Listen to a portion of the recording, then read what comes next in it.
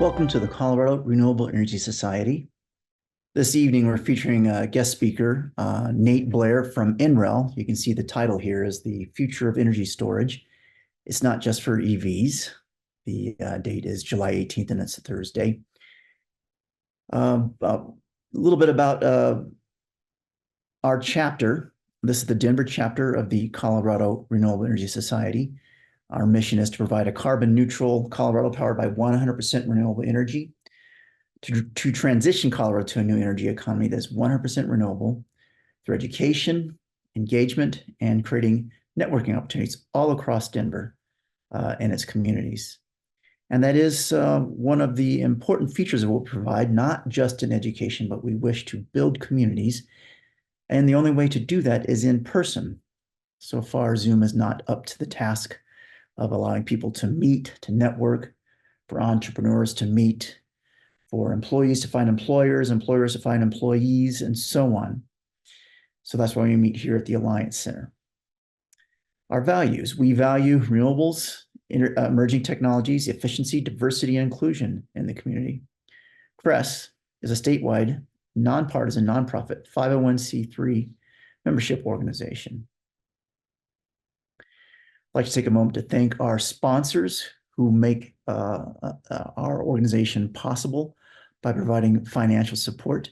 We have the Poudre Valley REA, we've got Moss Adams, Kelly Government Solutions, Sinton Instruments, Solaris Energy, and the Platte River Power Authority.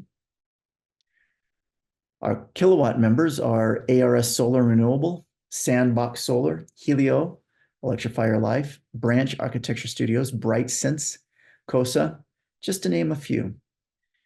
Upcoming events for CRES around the state. We've got Christmas in July is what they call it. It's hosted by Electric Avenue. It's on July 22nd down in Pueblo at 3 p.m. It's an in-person event. They'll be reviewing sustainable all-electric cooking. I believe they are having some cook-offs and so on, featuring the induction stove. They'll also include displays of the latest EVs, e-bikes, as well as demonstrations from utilities and tech companies. JCRES, Jefferson County, will be offering a program called Recovering Heat from Wastewater on August 22nd. Their speaker will be Tanya Rausch-Williams from Metro Water Recovery. She'll present in person in Jeffco. And if you for more event information, you can sign up at our newsletter. You can see it posted here right on these slides. Without further ado, let's get to what we came to see. Let's see Nate Blair. I'll turn it over to Nate. At one point I was on the board for CRES back in like 2004 to 2008, and then we had 3 kids and I was no longer on the board. But I have stayed in renewables and I'm really excited to be here. I think this is a great organization that works sort of at the other end from where NREL works, where we're working on technology and analysis, and we generally don't pick sides, and we try to be as even-handed with and objective with our analysis as possible. So we've grown a lot. We have almost 4,000 people at NREL.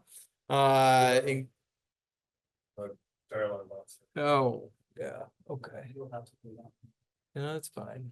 I just have to get the mouse to go to the right spot or hit. Okay. It's just the angle and my thick glasses and the. You're gonna. Up. Okay. No, slightly too. Just a fraction. Down. Stop. Oh no. Okay, I'm gonna get there. There you go. Click. All right, thank you. And you to the next screen. Yeah.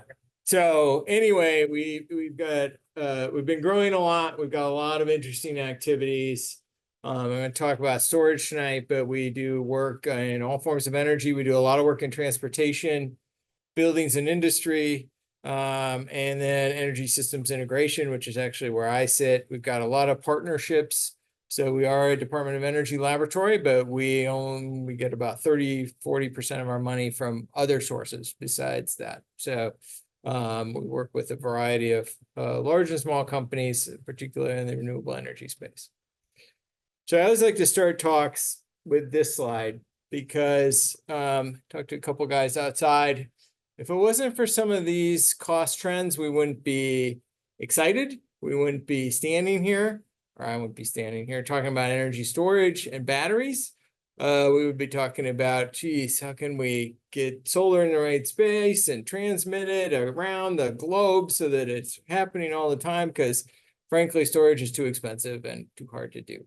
So, but a lot of things have changed. So we've got solar has come down dramatically in price, wind has come down dramatically in price, and battery packs have come down 88% since 2010. And this slide is now, this is the latest data that I could find last year, but this slide is, I have another slide which shows even more cost reductions that have happened recently in the battery space in particular. So, so I always try to keep that in mind, because if you have been doing this for a long time, this isn't the same set of problems that we dealt with when I first got into renewables in the early 90s.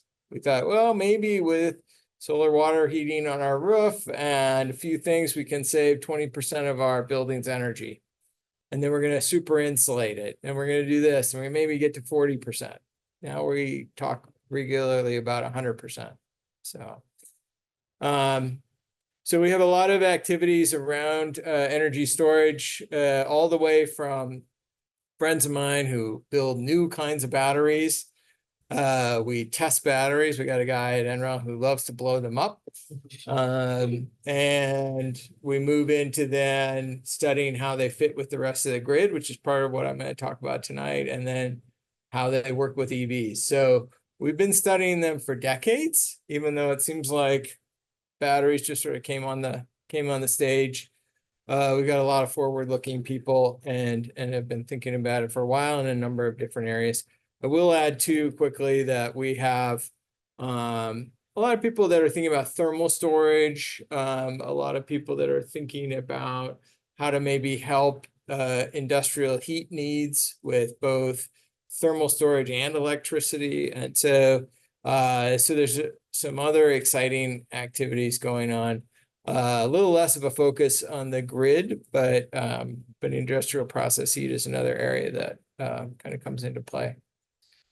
So I also like to talk about this to set the stage for people on energy storage, and particularly on batteries. Batteries are a unique technology in the sense that they have three major sectors. Everybody already has a lithium-ion battery probably in their pocket. They've probably got another one in their backpack. And maybe if you're lucky, you've got one in your car. But that industry has been going since the 80s and 90s. So this is not a new technology. It's just the volumes have increased and the needs have increased and so forth.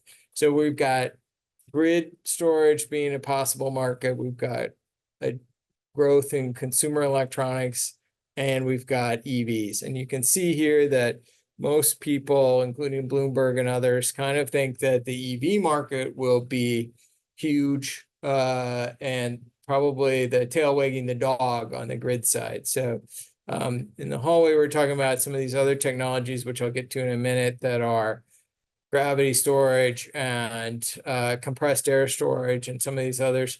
They are just for the grid market. So there's going to be no cost reductions due to the transportation market that they can then flow into the grid market. So we talk a lot about learning curves. They're useful up to a point. And what that means is that as you do a lot more of something, it gets cheaper, basically. How much cheaper? There's a whole lot of dorky guys would be happy to calculate that for you. But that's the basic idea. And when you've got all these markets working together, you can drive costs down pretty well. On your way or tonight, you can take a look at this link. So this is a project that I led, but it was basically me leading a bunch of really smart people, called the NREL Storage Futures Study.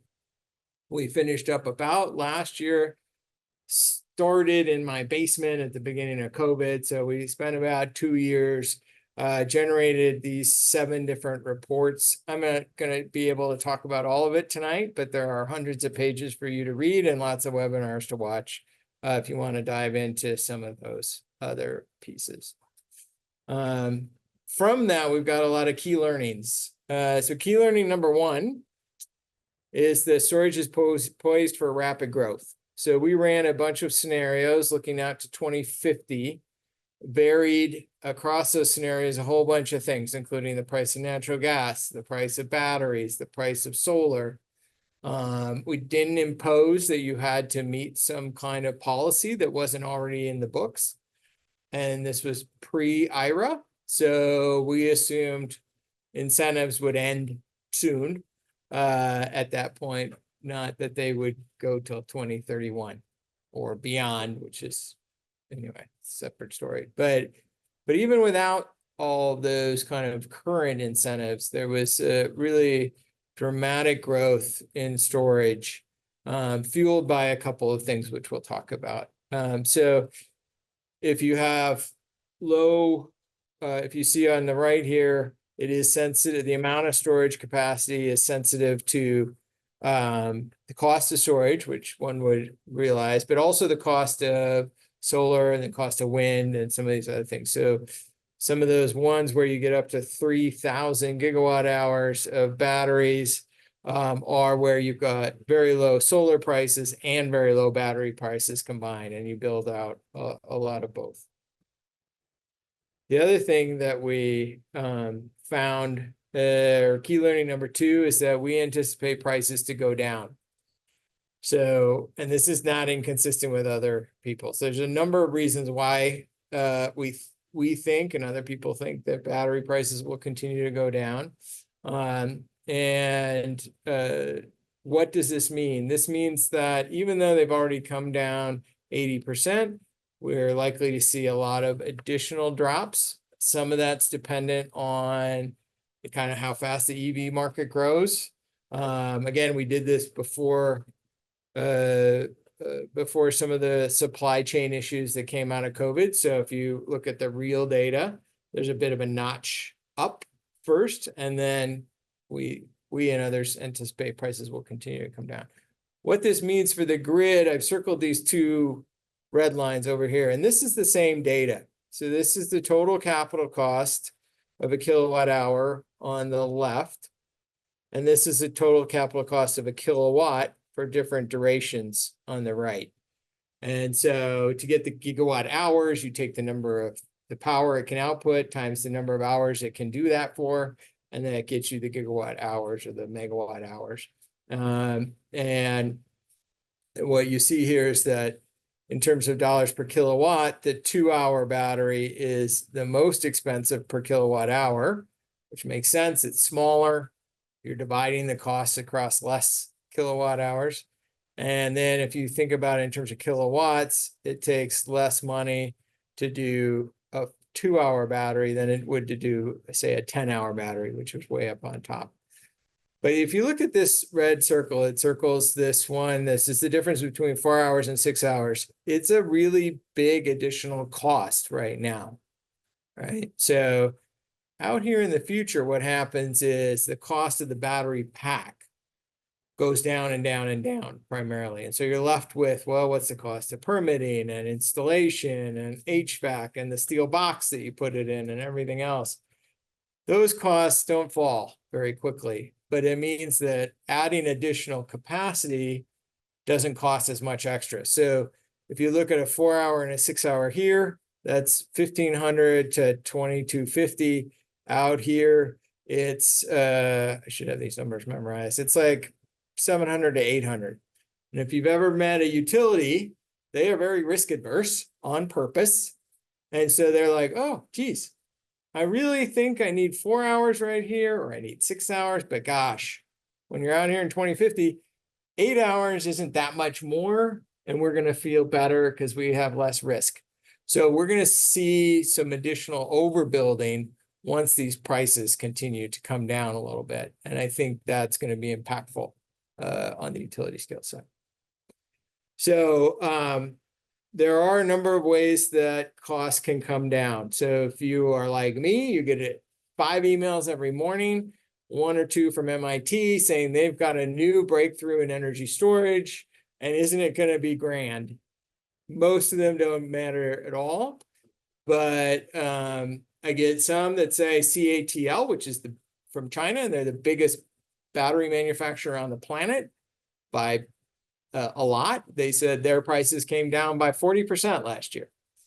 So take anything that's not verified by some third party a little bit with a grain of salt at this point, but there are a number of ways that they can come down in addition to volume. So the technology is continuing to improve, the traditional one, and then they're looking at using silicon as the anode instead of graphite. So that's a big area of growth. So they know that some of these chemistries are better. The question is, how do you make millions of them in a year, right? And how do you do it without any errors and profitably? So they're moving definitely in that direction. Then eventually something called a lithium metal battery have the potential to really significantly reduce costs beyond that. And so there are samples, there are trials of all of these technologies. It's a question of ramping them up. There's also the Chinese just built a 100 megawatt sodium battery. It's not a lithium battery at all. And they're happy to build big things that aren't cost effective. We don't do that as much in the US, but it's great because they show the way on some of these things and they prove out whether it works or whether it doesn't work or we're going to do something else. So there's a bunch of options out there, and it's just a question of the engineering, and it's a question of putting some of these chemistries together in a different way, and trying to make them quickly, cheaply, and with a variety of potentially cheaper materials. Just continuing on this question about battery pack prices. So these are the latest numbers down here. If you look at 2021, 2022, and 2023, these are the battery pack. So it's not the whole system. So one of the things that trips people up, in fact, I got this email from a coworker recently. It's like, so Bloomberg has this number, but we have this number for the system. I'm like, well, that number is for the battery pack. There's also within the pack, the cells. So the cell price is one thing, the pack price is one thing, system price is another thing. So those are important to watch. And what a lot of people report when they want to report big price drops is the pack cost, right? Plus the total system cost is site dependent. And right, so from here to there to the next place, it's going to vary a little bit depending on what your labor is and all these things. But you can see here the trend, and the trend, you can see that it went up in 2022, but then it has fallen again significantly in 23, and deployment continues to ramp up. So let's talk a little bit about storage technologies. I'm going to stop talking about batteries for a few minutes. One is the difference between power and energy. I talked about it a little bit. I want to hit on that again. So in the lower right corner, we have pumped storage hydro. So that one is easy to kind of think through because the power components of this indicate how much power you can make with this huge body of water back here, just like any hydro facility. What's different about pumped hydro storage is that you also have a pump that pumps that water back up into the reservoir with electricity you don't need at the moment, and then you generate electricity later. And so the power components are really those generators sitting in the bottom of that dam, right? That limits how much power you can get out of that thing. If it's 100 megawatts or 3 50 megawatt turbines down there, the most you can get out of that, no matter how much water you have back there, is 150 megawatts. Then the question is, how big is that reservoir and how many hours can you generate 150 megawatts? Pumped hydro is great because it can do it for typically at least 12, 14, 18, some of these reservoirs are like, just let us know how much you need. So they're huge, right?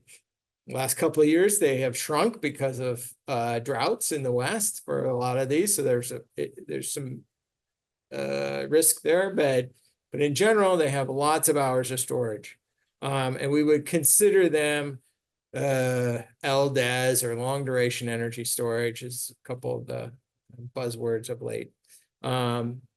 Then hydrogen storage, it's the same kind of idea. You're using a pump all this hydrogen down into a cavern or underground, compress it, and then later you take it out and burn it through a turbine, and the size of that turbine indicates how much power you can get. Size of the cavern indicates how many hours you can do that for. So that's another long duration, or some people would even call that seasonal, because you can pump the hydrogen down there and just leave it down there potentially for months, is the theory. Flow batteries are a little bit different. They kind of are sitting in the middle. There's more of their content that's related to power. And then every time you want to add more storage, you have to build another bigger tank. And then lithium ion battery systems, every time you want to add more storage, you add more racks of these things. And you can do them in parallel to get more power out, or sorry, you can do them in parallel to get more, I'm gonna screw it up. But anyway, you can set them up one way to get more power, and you can set them up another way to get more duration. So parallel series, something like that. You gotta think back to like, yeah, middle school. Yeah, exactly.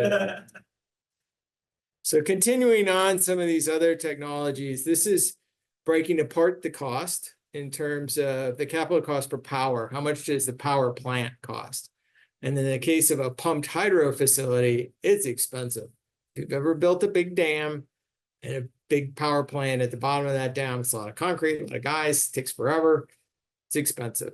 But once it's done, adding a little more to that reservoir is very cheap. Right. So, it's like, oh, well, we went up another foot and then went back another hour, right, in terms of reservoir size. So the things on this vertical axis are things where you want to use them for longer duration uses. So that includes pumped hydro, hydrogen from an electrolyzer through a cavern and then through a fuel cell is one, compressed air energy storage, pumped thermal storage, if they can, that's an anticipated cost there. Liquid air is another one that was in the news a lot a few years ago. More expensive, but also kind of in that framework. These dots are pretty big because these costs are pretty uncertain for things other than lithium ion, right? Like there aren't a lot of these. A lot of these are in the pilot phase. A lot of these could have really variable costs depending on where you go. There's a bunch along the bottom here. Like the inverter that creates the power isn't very expensive, but adding another pack and another pack and another pack to get more hours adds up quickly. And so those ones along the bottom there are ones where you'd want to use them for shorter duration. So, and there are needs in the grid that are 10 seconds long, half an hour long, maybe 2 hours long. Lots of things where it's like, oh, this big generator tripped off. I need a little power until we can get so-and-so started up. And so there's a lot of those kinds of things where you don't need a lot of duration potentially. Lithium ion battery sits at the crosshairs. And so for some technology to kind of quote beat lithium ion battery in some way, it kind of needs to get into that lower box ideally from a cost perspective. There are other things, there are other reasons why you might build something besides cost. But this is definitely part of the equation.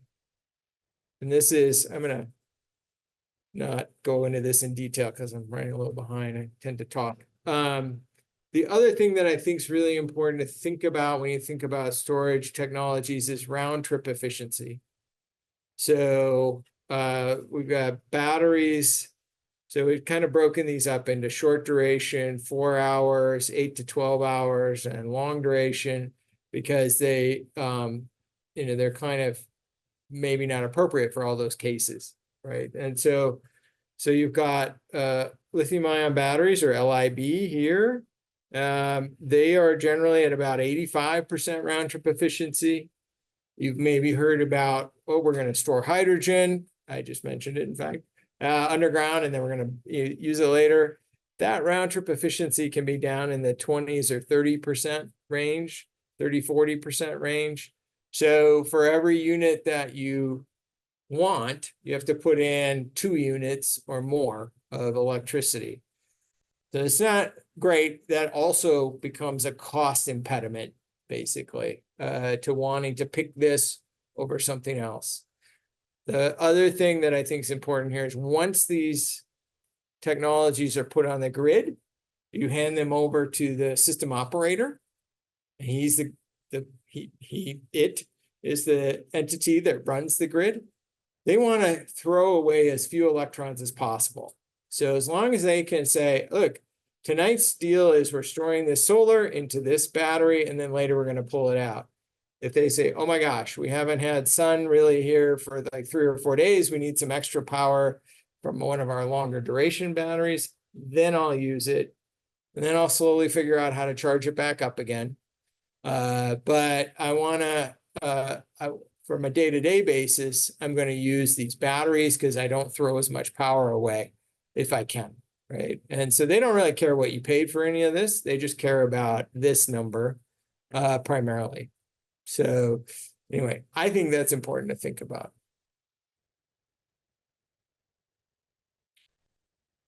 So there's a bunch of things that the grid needs to do that batteries can provide. And right now, they talk about some of these short duration things. Oh, we're going to build a battery for frequency reserve. So you've maybe heard news out of Australia. They have a really wonky grid down there. They don't have a lot of people, and they have a long, stringy grid, right?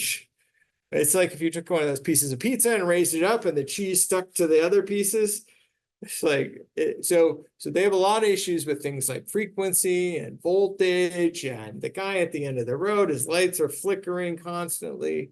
So they've added a bunch of storage for these short-term support issues. This isn't about moving power from day to night. This isn't about kind of making sure the transmission is strong enough. This is just about like, it's hard to keep the voltage up out at the end of the line.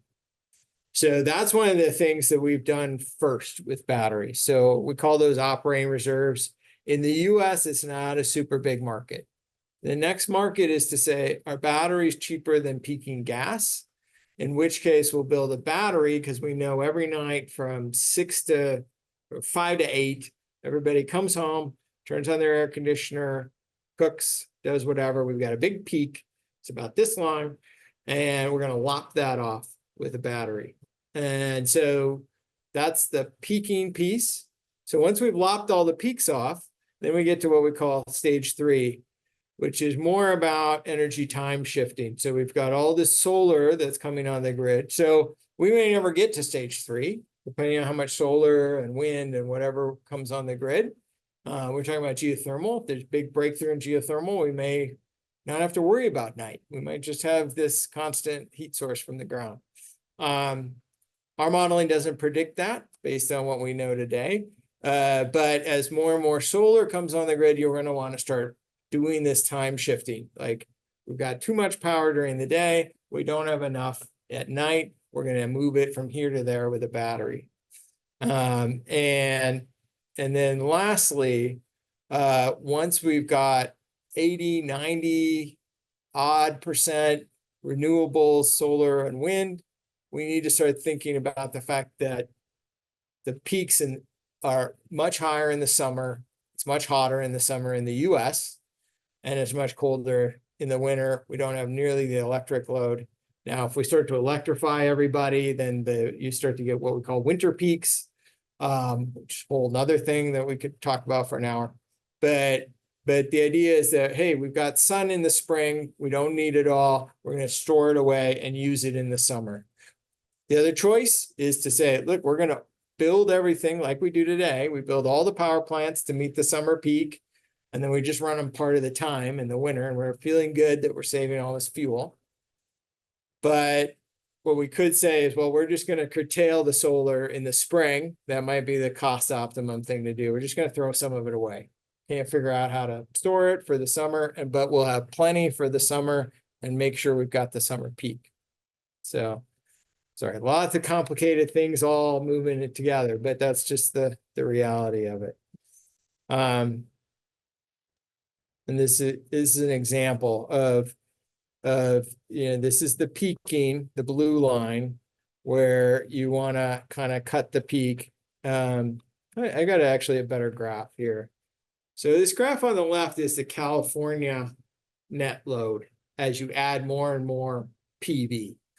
So without any PV, you get this nice kind of broad peak, peaks somewhere in the afternoon, maybe 1 o'clock to 4 o'clock, something like that.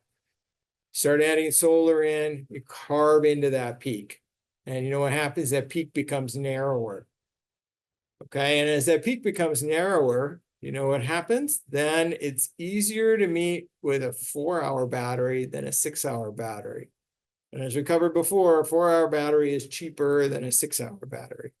And so the narrower those peaks get from the solar, the easier and cheaper it is to meet with a battery, right? So if you build a gas plant, you got to have the same size gas plant of 100 megawatts, and it's going to run for a few hours or whatever, and you're going to shut it off. But with a battery, you're paying for how long it runs as well as the power. So those work pretty well together. So as you add more solar, the peaks get narrower. You lop that peak off with a battery, and then you add more solar. You narrow the peak again. You add another battery. So you can keep doing that kind of dance for a little while. And that's why if solar is cheap, then sorry, your flashlight is. Oh, thank you. I'm sorry for the delay. Oh, that's okay. No, I just. It was bad too far, sorry. Yeah, I understand. The other thing that I think is important to share with any audience is that people think, oh, the value of storage is moving power from here to there. The bigger value to the grid is just saying, I've got 100 megawatts that you can use at any time. That's called capacity. So, and all of these utilities are out there going, okay, I know what my peak is going to be. I need to have that much capacity available. Plus I need another 10% reserve. And according to our modeling, that's the more valuable piece of the storage, whether you're using it to shift power during the day or not, interestingly.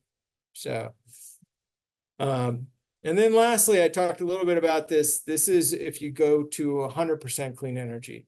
The vast bulk of our study was just cost driven. We weren't imposing any kind of goal.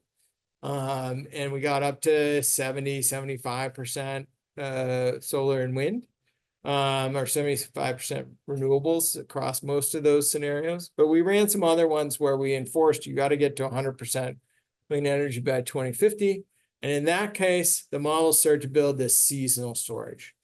You know, depending on what the price is, and the price has to be pretty low to begin with, but envisioning something like a hydrogen economy is happening, and you're running that through a combustion turbine in the summer, and you're making hydrogen in the spring. You can envision a scenario where you're storing some of that and using it in the summer to meet these peaks. And so what you see here is this is curtailment.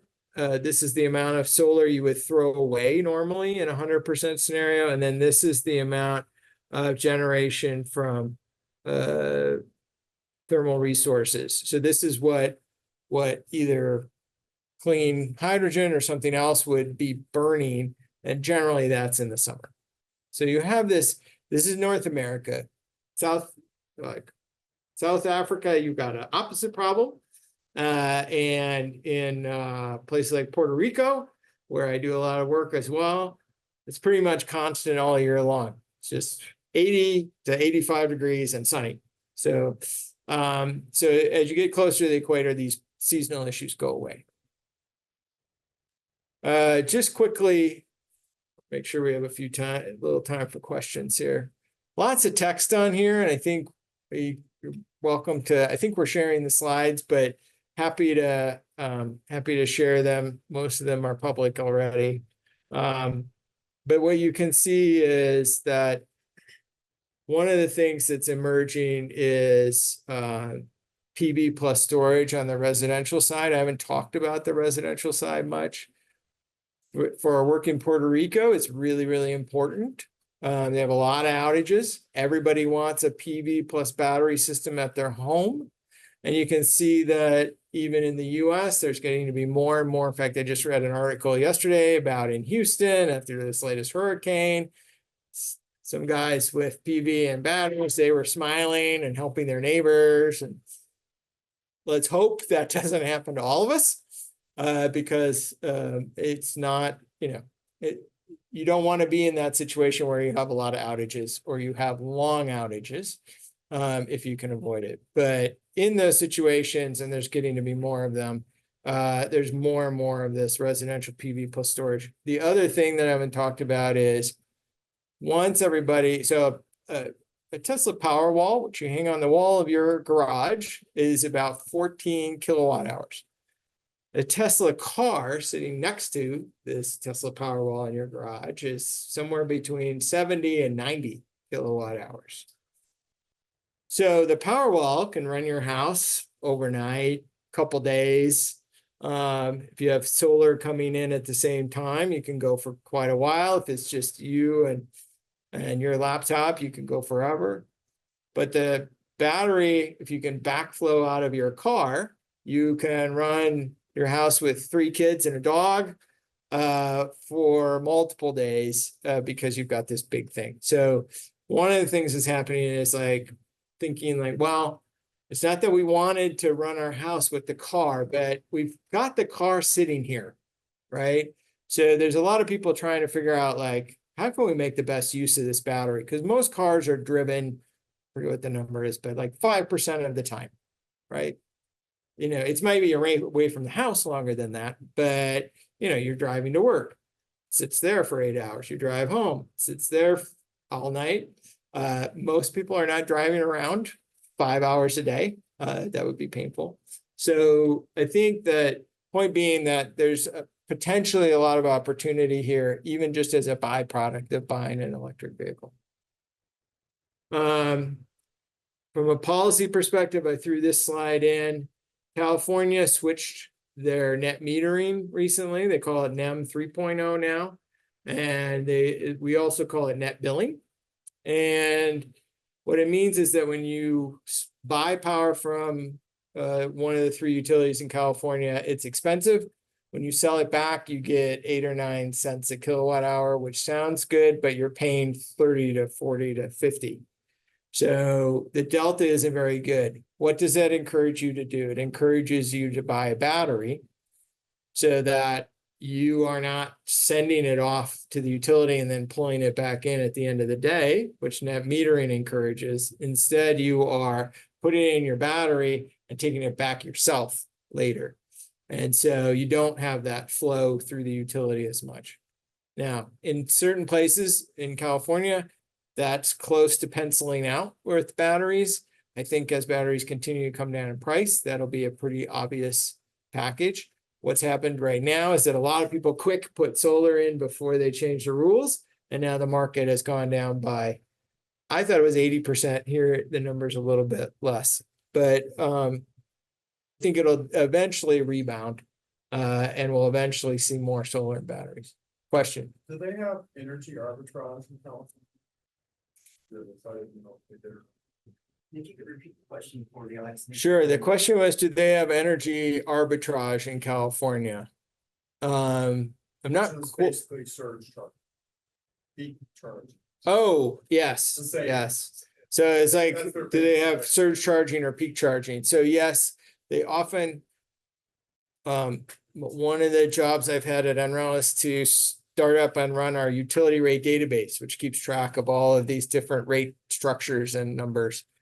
And California is always making us add things to our database because there isn't a rate they can't make more complicated. So they have tiered rates where particularly helpful if you're low income, where you maybe don't use a lot of power, but if you're using a lot, then you pay a lot more for that last bit. They have time of use rates where you pay more in the evening. They have ratchets which, as you go up over the month and chunk into higher.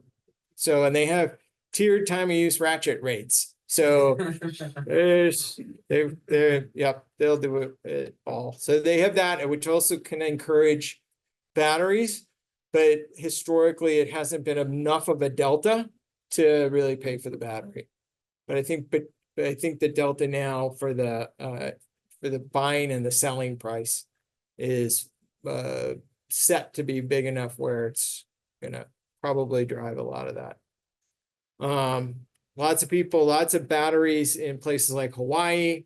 Our modeling showed that in Puerto Rico, they needed a lot of batteries. Any of these island locations probably are going to need a lot of storage. It really helps because you can't buy power from your neighbor who's maybe 500 miles away where it's sunny and there isn't a cloud, right? So that makes it trickier.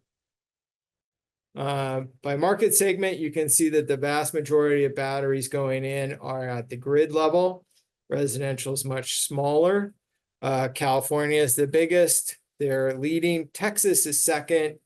Arizona is third. Colorado makes the list. And Puerto Rico also makes the list. We are 800 megawatts of rooftop PV on an island of 3 million people. And every one of them has a battery. So the other thing I'll close with is there are a lot of batteries coming. So this is the last few years. 2019, we had less than a gigawatt. 2020, we had a little more.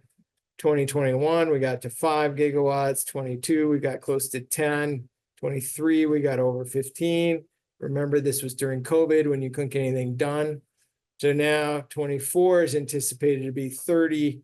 And we'll be over 40 by the end of 25. These are EIA projections. If you've ever dealt with their data, they're typically pretty cautious. So it could be more than that. These new batteries all coming in on the grid are primarily 4 hours because that's what markets will pay for currently. So I think that's about it. Got a little time for questions. Happy to answer them. And yeah, go ahead in the back. Do the growth curves that you're talking about here have the potential to be affected either up or down based on manufacturing, either innovations or restrictions, or just capacity constraints on the manufacturing side of this equation? Yeah, that's a good question. There's two pieces to manufacturing that are worth sharing. I think one is that there is a lot of announcements about new battery manufacturing in the US. A lot of those are for electric vehicles. So at the end of the day, if you are Honda or Ford, you want to make an electric car, you want to have the battery plant right next to it. So this is different than PV. We aren't going to be making all the PV in Asia, putting it in a container and shipping it over. One, batteries are just a lot heavier. Two, there is a minimal fire risk. And so if you have a whole container ship full of lithium-ion batteries and one of them has an issue, thermal runaway, you've got a big problem on your container ship. But so there's going to be a lot of battery production. There are people worried about the supply chain. And I think there have been, if you talk with like Tesla, they're like, hey, we're all out of power walls because we're just making mega packs now because we can make more money on a mega pack than we can on a power wall at the moment, right? And so that kind of goes back and forth. China has historically controlled the lithium-ion battery manufacturing supply parts, right? There's plenty of lithium. There's plenty of manganese. There's plenty of iron. There's plenty of cobalt and nickel. The question is, you can't take a chunk of nickel out of the ground and put it in your car. So you've got to send it somewhere to be processed. So there's a big effort at DOE and in the US, and a lot of the IRA money, the Inflation Reduction Act money, currently is slated to go towards incentivizing domestic manufacturing. So you hear a lot about PV maybe, but there's also a lot of investments or incentives for domestic battery manufacturing. So I completely agree. The interest rates have shot up. Fewer people are buying new cars, so that everybody's like, "Oh, the EVs are fizzling." Well, they actually aren't fizzling. They're just responding to the fact that most people finance their car, and suddenly, like a house, the cost of the car has gone up dramatically. So everybody's anticipating a rebound. So I think what we'll get is some of these oscillations where there'll be some shortages in battery supply. Like right now, if you want to get a utility transformer, it's like a year and a half, because during COVID, every utility freaked out and they bought transformers and toilet paper. There was a little bit of a reason if you read into the literature, but it wasn't nearly what the panic. So this guy, I heard a podcast that was talking to this guy who makes transformers. He was like, we don't really know what to do because it takes years for us to like double our production capacity. And we're also worried that we're going to install all of this, and whatever caused people to buy them, now they've all got like a lot of extra ones. Like, so we think demand might drop. So we could be stuck. And so the moment they're just working at 24/7 and people are yelling at them. So we'll see some of that, but I don't see a long-term problem. I have two questions. The first one, how sustainable in the long term would it be, like this vehicle to grid like storage of, like, because batteries also have their useful life, and like just Right. draining the battery constantly just to provide, and the ratio is not nearly enough. Like you said, the Powerwall and the car, like the ratio is ridiculously not the same. So how sustainable in the long term would that be? Yeah, so that's a really good question. And I think there's 3 points to make there. One is I will separate vehicle to grid, where the utility is dispatching your car to help the grid every day or every couple days just because it's cheaper, from what I would call vehicle to home or vehicle to emergency, where, hey, power went out, there was a tornado, or there was a big winter storm or something, and the power's gone out for a couple days. I'm going to use the car for that. I think that second piece is much more possible. I think the first piece is, with current batteries, is, are you going to get enough money? Like, I don't know that it's, depending on who you are, right? It might not be worth it if, say, you get paid $20 and a couple mornings a month you come out and your car's not ready to go to Fort Collins or wherever you have to go. So that's one. Those are two different things. I'm very bullish on the vehicle to emergency or vehicle to home or whatever but not vehicle to grid as much. And then the other thing is, a lot of the areas of research are on reducing the degradation of batteries. So, they talk about, Elon talks about all kinds of things that don't exist, but they talk about this 1,000,000-mile battery, right? Like, oh, if we could get lithium, solid state lithium plates, we could get them so they don't degrade because the fluid isn't actually moving back and forth. We're just moving the ions and chemistry stuff. But so if you get to the point where you don't really have degradation, if the battery can last well past the lifetime of the car, then you might be more open to using it for other things. Go ahead. I have just read today an article saying that electrical car was still like 460,000 miles. I don't remember the number of years.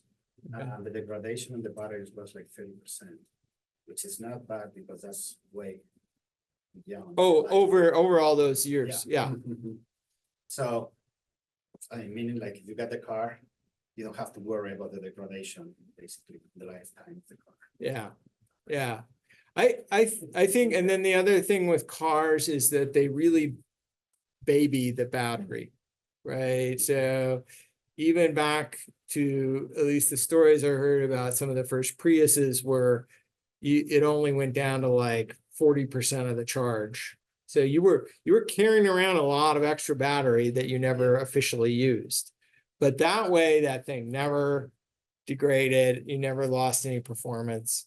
And in a car, the performance is, in a house, if your performance degrades some, you might just run out of power half an hour earlier. In a car, you'll get different acceleration and different power things and stuff. So, but that's what I've heard that too. And you hear things online about Tesla drivers who are real fans posting all of their, like, I've driven my Tesla, blah, blah, blah, 100,000 miles. And I have another question is like, is there any other company besides Tesla that could be taken into account as domestic content for the IRA requirements?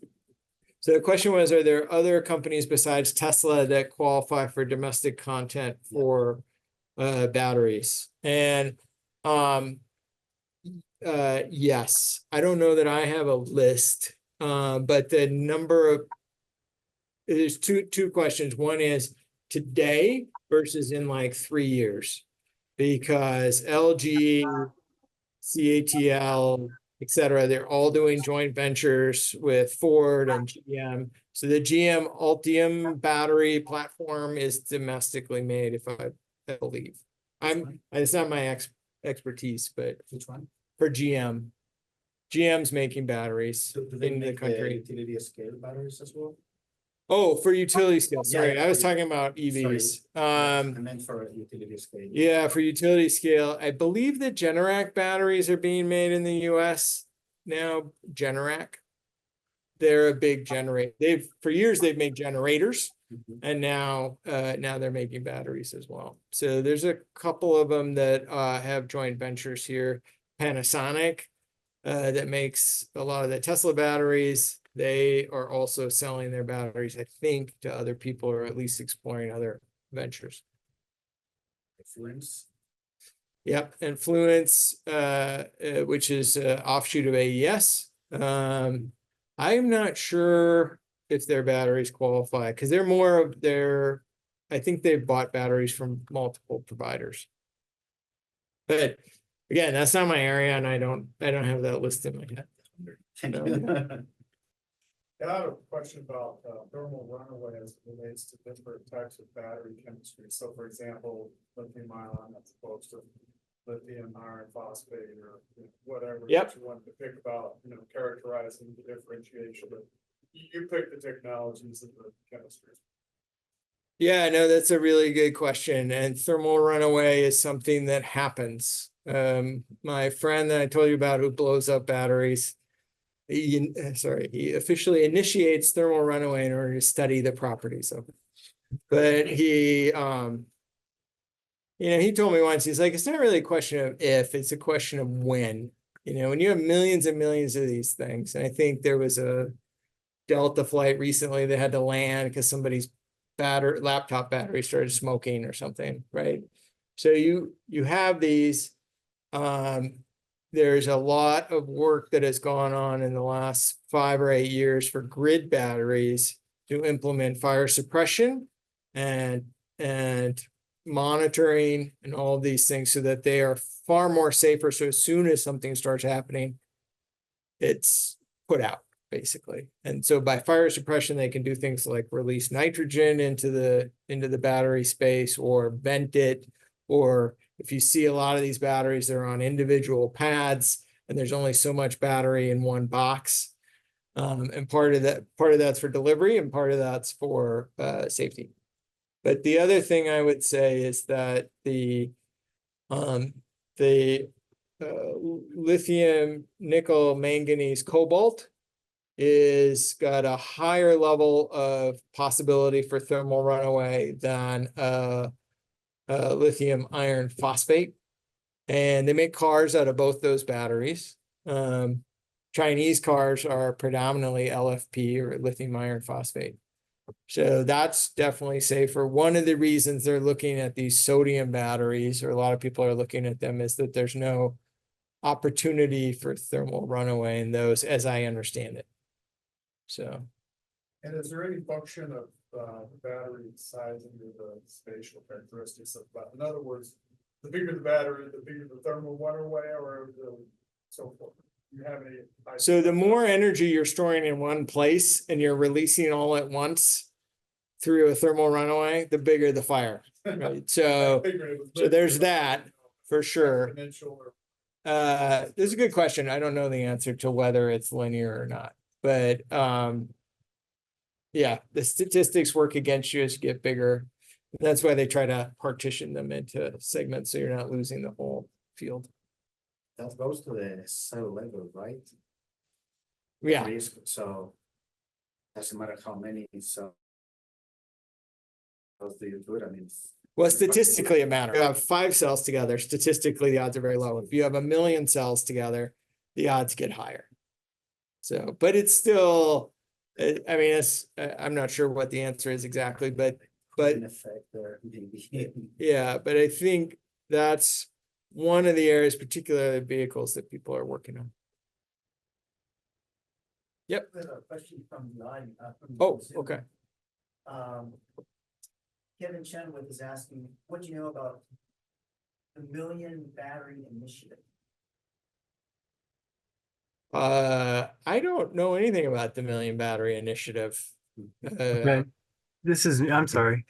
This is something I'm working on actually, an EV battery kind of market demand, solar battery project.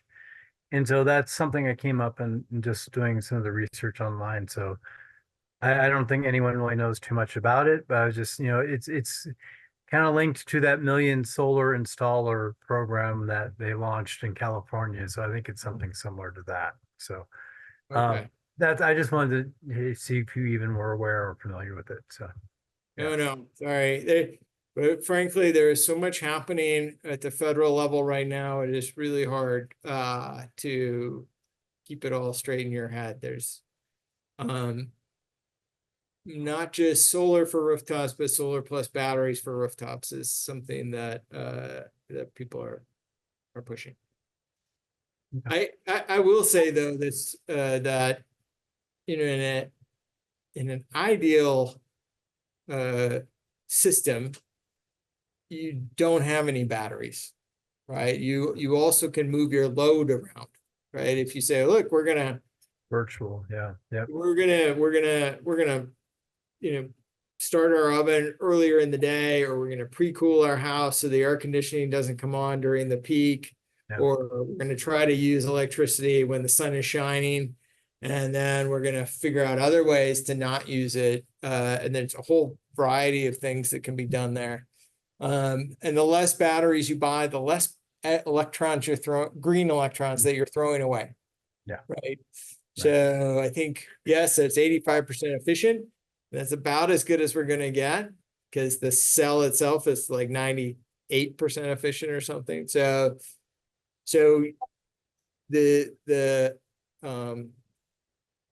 what I'm saying is, like, if you can use the green electron when you make it instead of later, you're better off. Right. So I think for me, it's about getting more renewables on the grid. And if we need to use batteries to do that, that's fine. Yeah. Okay, in the front row this time. Yeah, a couple of quick questions. Number Sure. one, when you look out from the work you've been doing into 2030, 2040, 2050, but what do you see as the balance between utility scale generation and private generation of renewables? Yes. Question was, if you look into the future, what's that kind of mix between residential generation or distributed generation and utility scale generation? Right. And I think that most of the modeling results show that it's still dominated by generation. I think my caveat to that is what we talked about, like these extreme weather events and other things that are growing. And, a lot of things sort of need to happen together. Ideally, we're building more transmission, and we're building solar, and we're building wind, and we're building batteries. And right now we're struggling to build any of those things. There's what we call these large interconnection queues. So So if you get to the point where it doesn't get built fast enough, load grows faster, you could end up in a situation where you've got some more regular outages. But the thing I come back to on the cost front is, at least in the US, and this isn't true everywhere, it's not true in Puerto Rico, is that a big utility scale solar system on the edge of town is going to cost you about $1 a watt. Rooftop PV costs you close to $3 a watt, right? So if you look at the overall system and you're an optimizer and you say you're sitting in front of your computer modeling things, your computer wants to say, like, why would you do these rooftop systems if you could do these other things, right? The other question was, a few years ago, there was quite a bit of discussion in the industry about a feedback loop between EVs and grid, in that as you brought out more and more EVs, right? They were using batteries. The mass batteries are driving down the cost of batteries, as we're actually seeing happen. The grid, people are fairly intolerant of losing range. So it's turning out not to be as big an issue, but you're still either the life of the car, or you're to a point where the person wants to change it or whatever. Batteries get recycled. Utilities don't really care as much about that. I can stack up ones that, a row of batteries that has 70% of its life in, if I can get it at the right cost point, because I'm not concerned. Therefore, as the number of EVs go, right, that drives lower cost for the batteries. Utilities pick up the batteries. The batteries allow more grid storage, as we talked about, and therefore allows more solar, wind, and you basically start to generate a feedback loop. Where does that theory stand against reality now, and as you look forward? So me trying to repeat the question. So and 10 words or less. If I understood you correctly, what you're saying, because I thought you were maybe talking about recycling for a minute, but it doesn't sound like that. So you're saying that as we start to do more EVs, that starts to drive the price down. The utilities start to buy more batteries, that starts to allow more solar to get on. No, not quite. I apologize. Okay, go ahead. What I'm saying is, when the batteries go into the EVs, the cars are going to get replaced before the truly useful life of a battery is done. Okay. The battery is not suddenly dead. It can't hold a charge. Right. It just isn't holding 100%. Maybe it's holding 80, maybe it's holding 70. Those can be recycled back to a utility. Yeah. It doesn't care that it's 70, because I can stack enough of them together. I'm looking for the total power output, right? Yeah. And therefore, as you get more and more batteries, right, cars on the road, you're getting more and more batteries, and you're getting two effects. One, actual cost of a battery is going down for direct new battery purchased by the utility, but also the recycled batteries are being fed back into the utility at a few cents on a dollar. Therefore, the cost of storage is getting that effect to drive down cost even faster. The new battery cost is coming down. Therefore, you have better storage. Therefore, you can afford to have more solar and wind on the grid. Okay. Where does that theory stand against reality as you see it now and in the future? Yeah. So the way I would say that is, so as we build all these EVs, as they come to their end of life, the battery still has a useful life. Right. And so we would call that second life batteries. And where does that stand? Right. And I would say there's a number of people. First of all, there's a bunch of companies getting a lot of money from the government and investors to recycle batteries in the US. The government likes it because they see it as a way to build up our own stockpile of materials, and then we can make them here in the US, and we don't rely on any other countries to provide that. And the second use battery is tricky, because I talked about this with a friend of mine a few years ago. I said, why can't I just unbolt it from the car, hang it on the wall in my garage, and hook up a couple leads to it, and suddenly have my own power wall that's like 5 times the size of a power wall? And he said, well, first of all, some of those cells in there, the reason it's degraded, some of those cells in there might not be good, right?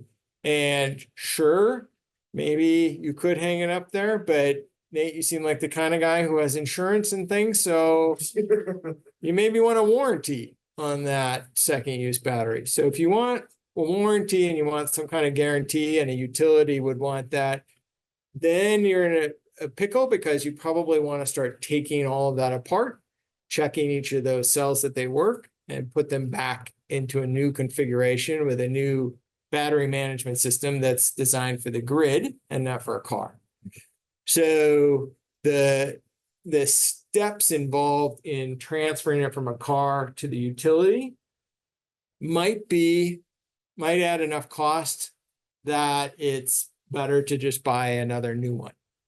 So particularly if we get these cost reductions, it might be cheaper to grind up that old car and make a new battery than to try to take that battery pack out and hang it on the wall. It also brings up a thing where a number of car companies are trying to figure out how they can, because right now you've got this weight of the battery, only a percentage, and I'm not quite sure what the percentage is, so I'm not going to say it, but it's more than half, but it's less than 80% is the actual cells, right? Because then they sit in this big plastic structure called the pack, and the pack sits in this big plastic structure called the box, and you've got all of this other infrastructure around it to hold it in place and make sure it doesn't get hit by a rock and blow up and all that stuff. So they want to try to incorporate right into the chassis of the car, so that when you build the car, you're just kind of spraying on the battery or something else. The batteries they're very unique to each car. So, because of course, car parts people need to make a living. So, so you want to kind of, so it's going to be tricky then for the grid guys to, now, if everybody bought a Ford Model T electric and there was millions of them, there might be an easier pathway. But so we have looked at second use. I think it's a question of economics and whether it makes sense to do these steps to get it to a point where someone can use it again. I have a question from the Zoom. You kind of addressed part of this, but the context is what's unique about this particular question. So Emily is asking, and we might need Emily to clarify anything that I butchered. She's asking, is NREL doing any explosion analysis research on batteries? And it looks like the context of the question is virtually nothing exists publicly for this, and utilities, state marshals, and so on are having us carry the case for total system failure and 100% propagation. And she comments, not fun to try to reason with them on this. How did I do, Emily? Yeah, that was great. I guess there a little more context is that they're having us assume like a explosion similar to a pipe bomb analysis in Arizona. So just curious if there's any research or more coming on this area, I guess, more than just like the thermal runaway situation, specifically about explosions. Emily, that's a good question. I don't know that we are doing that research typically at a cell level, not at an entire system level. A lot of that work around fire issues, particularly like in buildings and other places, is done by the National Energy Technology Laboratory, or NETL. And so it's not something we've done a lot of that I'm aware of. I know that we have advised on some fire codes, and I know that some of the communities we're helping are asking for that kind of information, but I can't point you to a big effort that I'm aware of. In the back. So first kind of maybe a clarifying question, follow-up question. So I think I heard you said at one point you ran the models 75 or 80% renewable energy, and was that like that would be the most cost-effective portion? Yep. Okay, so that's sort of okay. And then I guess the second question is, in order for us to get to zero emissions, I guess in your maybe rough, rough opinion, is that 20 to 25%, does that need to be like dealing with the load side, so demand side management, energy efficiency, that kind of thing? So the question was like, is it true that you got to 75% renewables? It just, that's the optimum cost. And the answer is yes, it's very dependent on the scenario and the assumptions. That, at least in our scenarios, we did not vary the load. There are other studies at NREL where we're varying the load. We're looking at higher levels of electrification. And so we didn't move the load around a lot in these particular scenarios. I would point you to the NREL standard scenarios. Don't worry, it's graphical. But every year we do, we have a tool called REEDS that I worked on many years ago. And we look at rooftop adoption. We look at what needs to be adopted across a range of scenarios. Some of them are like ours. They're just driven by cost. There's no policy. Some of them have a policy. Some of them say, well, what would it look like if you didn't have any of these new technologies in there that aren't proven yet? So no nascent technology. Some of them are like, well, what if you restrict coal emissions more or less? Or what if you don't allow any new transmission to get built or as much transmission as the model wants? Or so really broad range of scenarios. And somewhere in those 59 scenarios is a likely future. The reason I asked that question is. But all of them result in well over 50% renewables by 2050. I guess the reason I asked that question is kind of like toss around this like number that's like Xcel Energy in Colorado has a plan to reduce 85% of their emissions from their electric side by 2030.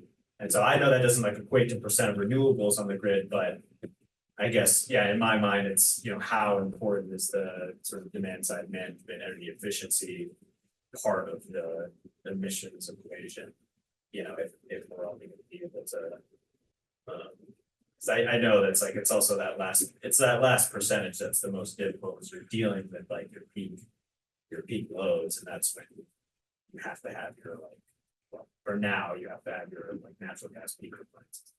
So, well, and you also said something interesting. It was like, well, yeah, you can imagine a world where we actually don't need energy storage. So that would be a lot of demand side management.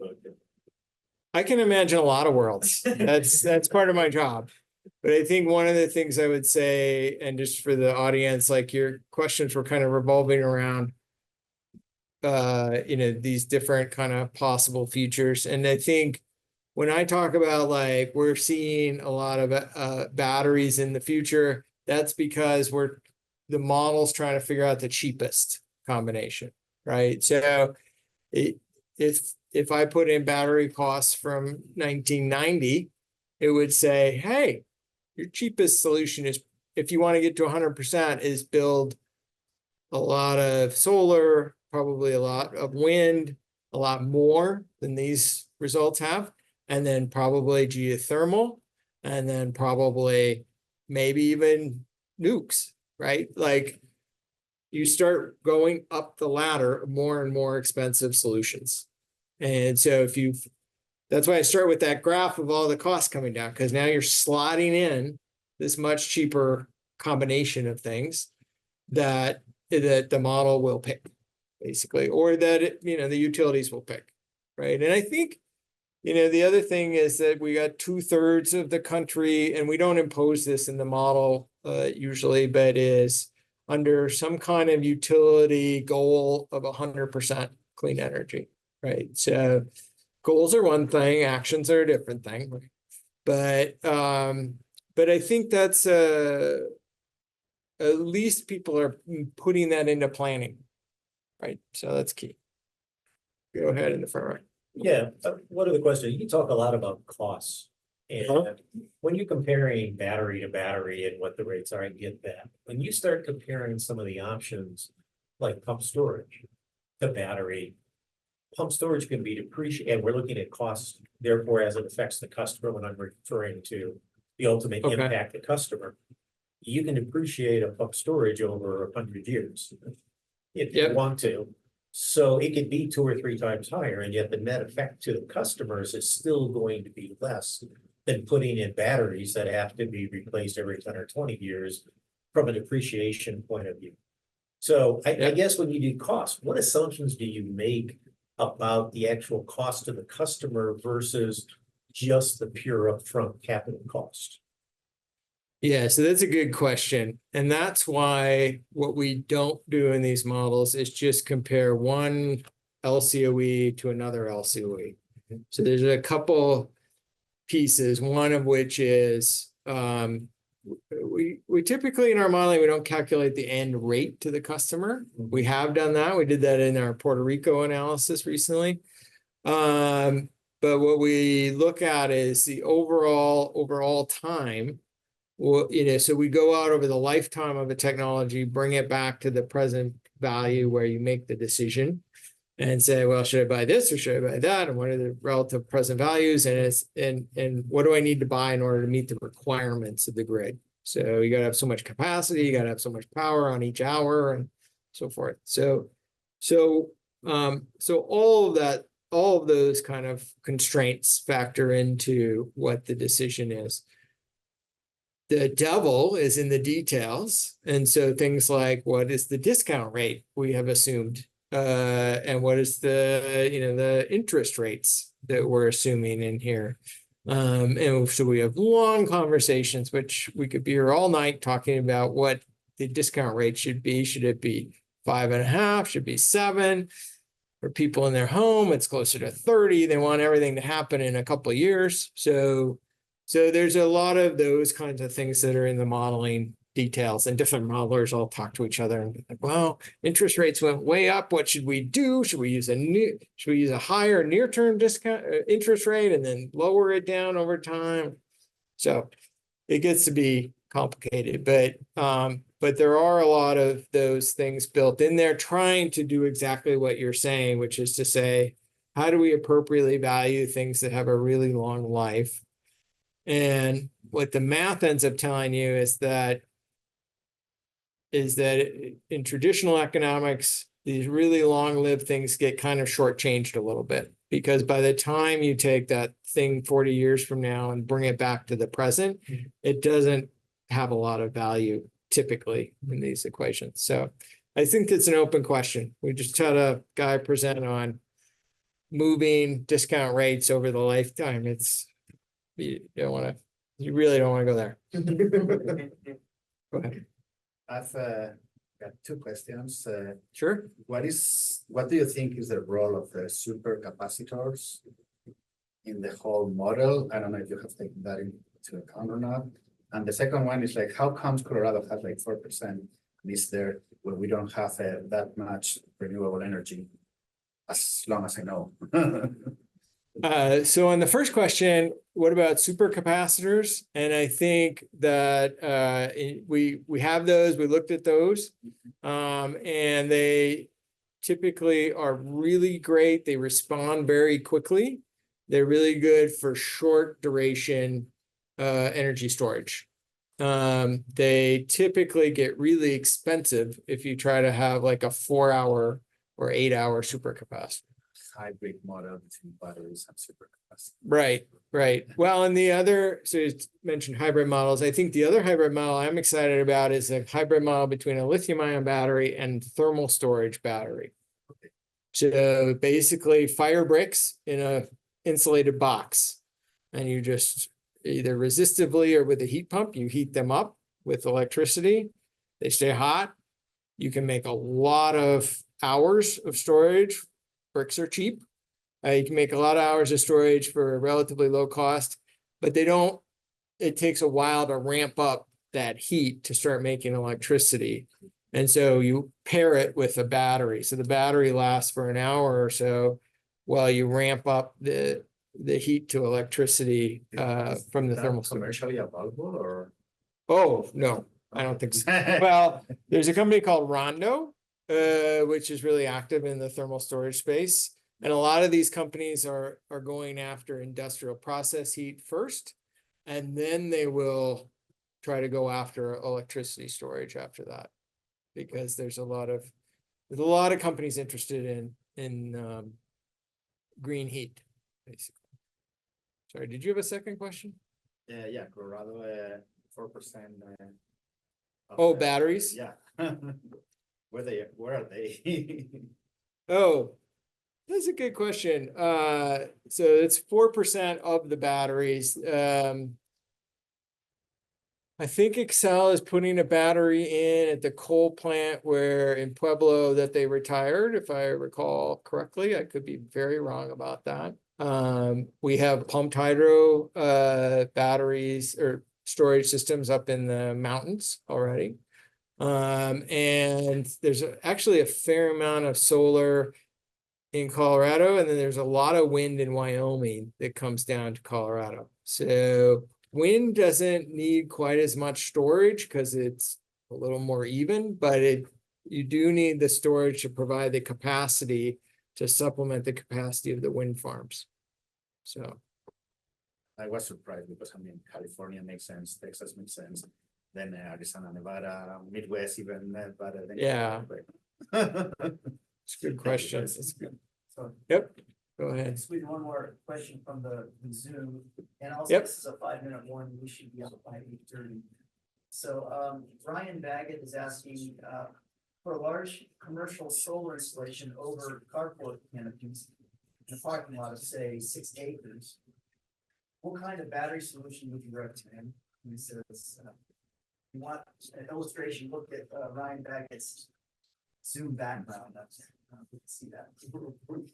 I don't know how to get that up here easily. But I think to Ryan Baggett's question, I would say that right now, if I had a canopy with solar on the top, I would sell that solar to Excel because right now we have net metering. We don't have many outages in Denver, at least I don't, and they're sitting over in Lakewood. We've had one outage in the last year, right, for an hour and a half. And I plugged in my Jackery battery into my Wi-Fi and my laptop and kept working. So I don't need a battery backup is all I'm saying. And I think you want to have battery if you need battery on the distributed side. If you don't need it, it's an added cost with minimal value, right? So then you maybe look at the solar and you say, hey, I'm going to sell this solar off of this carport and back to Excel, or I'm going to bundle it or do community solar or whatever I'm going to do. But if you don't need a battery, you don't buy a battery, I think is my bottom line on that front.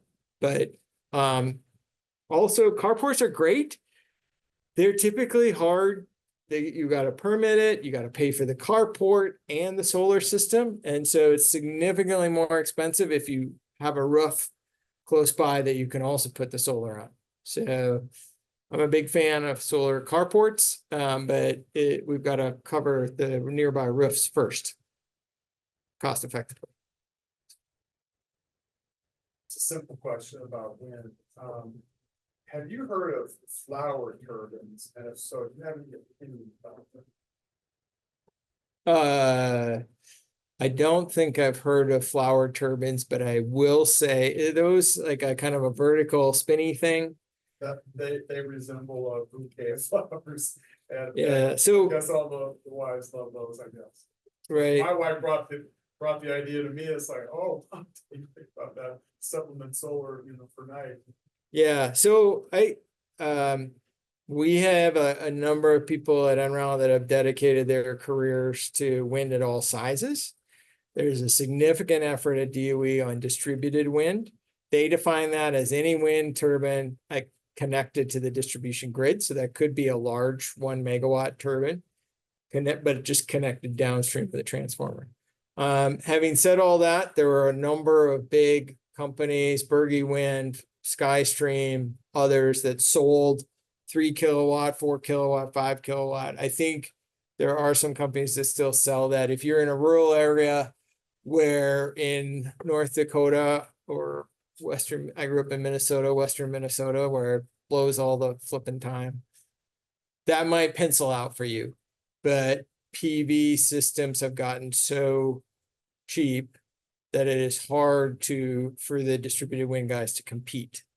It's also difficult to site them in an urban area. It's, the other thing with wind, any of these ones that spin and sit on the ground, I'm like, oh, the wind is 3 times as strong or 4 times as strong if you go 100 feet in the air, right? So I get, and there are a lot of people out there that get all excited about various newfangled wind things, but you just have to do sort of a simple calculation of like, how much power is in front of that, how much power is coming out the back, how much power have you really extracted? So it's, I think in general, I think we might get to the point where we've got so much solar that you can get that for free during the day, but you've got to figure out what to do at night. And then the other thing we do a lot of work at NREL and other national labs is microgrids. So sites in Alaska, sites in Puerto Rico. I keep saying Puerto Rico because he's my friend. He's from Puerto Rico. Puerto Rico, Hawaii, other places where they're isolated, and then it's a different set of equations about like, oh my gosh, we want to have more resilience, we want to have more backup, definitely don't want to run the generator. And so then wind starts to maybe come into play, particularly in places like Alaska, where it's a lot less sunny and a lot more windy. I live in Sedalia on 5 acres, so Okay. yeah, I've got a lot of people out there. And, I've got plenty of places to put, big array, which I'm getting ready to build. I haven't built it yet, but it's all going to be ground based. Okay. Yep. If you've got the space, it's a lot easier to maintain on the ground. All right. All right, now the big hook, and then I go full Nate off the stage. Thank you all for coming this evening. It's time we need to kind of shut things down, and thank you all out in Zoom for attending as well. And as we're closing up, you folks here can continue to corner Nate as long as he has patience and so on. So anyway, thank you all for coming.